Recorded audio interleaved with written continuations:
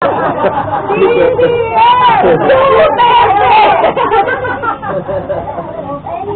happy birthday, Tita.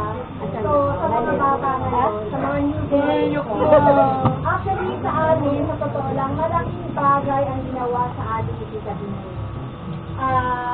Nakakatuwa man yung naging experience namin kay Tita, sa totoo lang, yung nag-mold sa amin. Katulad ko, sa kalagayan ko, napakahirap. Dati akala ko napakadaling magtinda. So, dahil nga pinagalingan namin kay Tita. Diba? Ang ginawa namin kay Tita, wala kaming ginawa kundi Langupit. aling sandali.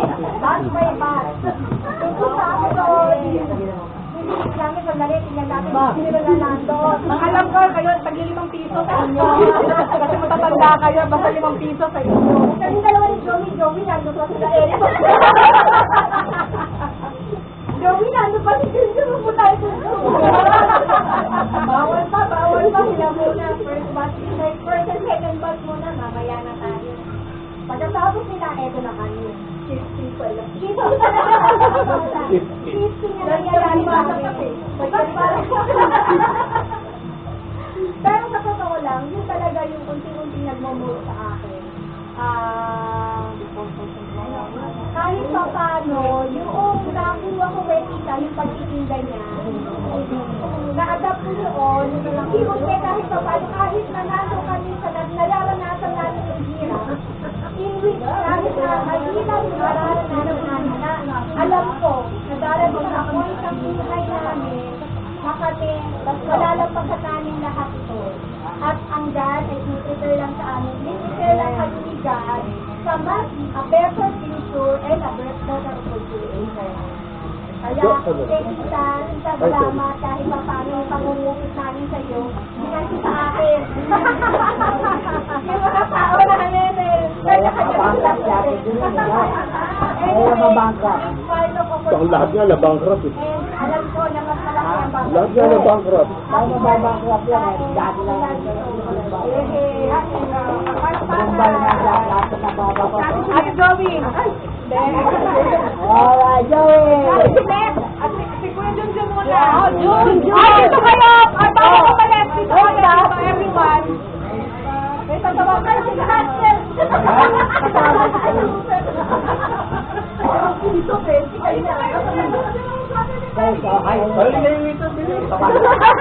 Very inspiring sasabihin ko. Kaya walang maingay, ha? Sino ba pasok? Iyan daw. Ate Glory. Ng Loring ba to? Ng Tore. Oh, yun ba't di pa na-sell bumoral sa laman? Yun na. Okay. Si Tita Bini, wala naman ako madadagdag doon, yung pinag-gaya ko namin. Ayan, so meron mga sa umaga, sa tanghali. Pagka may project, yun. Pupunta na ako kay Tita Bini, subali magbabantay. Pero ano yun, double effort yun. Tapos pagka lalabas kami ng tindahan, kung nakita niyo yung show ng tindahan dati, pagkalabas, alam na ni Tita Bini, na may kupit kami, kaya kakaptapan kami. Noong una, alam niya, sa kakaptapin. Dahil naging creative kami. Basta namin pwede ipasok. Pero siguro naging sa akin, motivating si Tita, nung nagre-review ako. So, kasi pag nagre-review ako, lunch, sa umaga review, lunch, doon ako kay Tita Binig kumakain. Tapos, sa hapon, doon ako sa library, doon ako nagre-review. One time, sabi ni Tita sa akin, June, kamusta review? Sabi ko, Tita, mahirap. Baka di ko kaya.